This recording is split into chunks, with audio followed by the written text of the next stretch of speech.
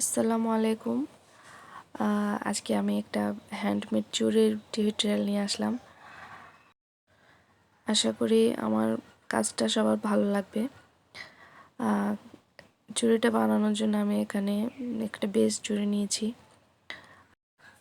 আর base চুড়ি cover করার জন্য সুতো নিলাম, আর তার সাথে নিয়েছি গ্লু। এই গ্লুটার নাম হচ্ছে no stitch glue. No stitch glue. এটার উপরে যে নামটা লিখেছিল ওটা আসলে আমার বাবুরা ছিঁড়ে ফেলে দিয়েছে।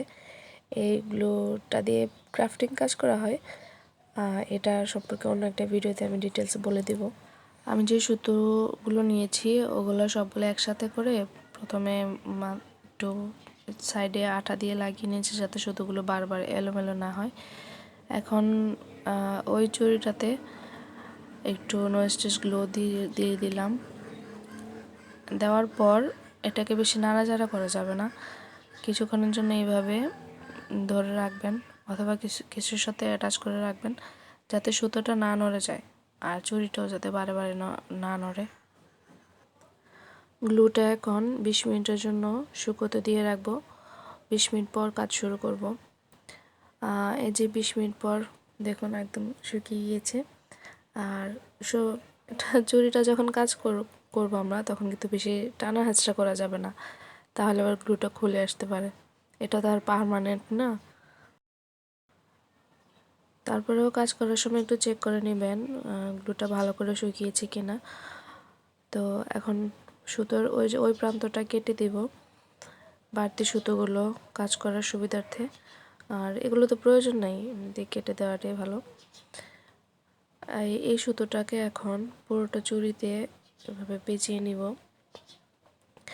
আর সুতোটাকে যেখানে গ্লু দিয়েছি ওখানে চাপ দিয়ে ধরে, মানে প্রথম 2-3টা প্যাচ যখন দিব তখন এটাকে চাপ দিয়ে ধরে রাখবেন। আর এভাবে করে সবটাই চুড়িতে পেঁচিয়ে নিব।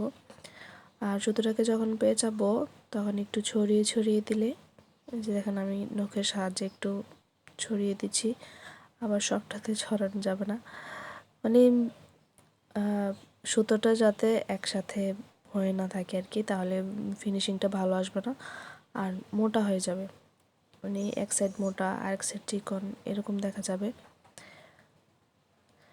আমি এখানে রেশমি সুতো নিয়েছি, অন্যান্য যে কোনো সুতো দিয়ে কাজটা করা যাবে। এটা একটু গ্লেজি এজন্য নিয়েছি। এই যে আমার কিছু পেঁচানো হয়ে গেছে, এখন সবটা কমপ্লিট করে ফেললাম।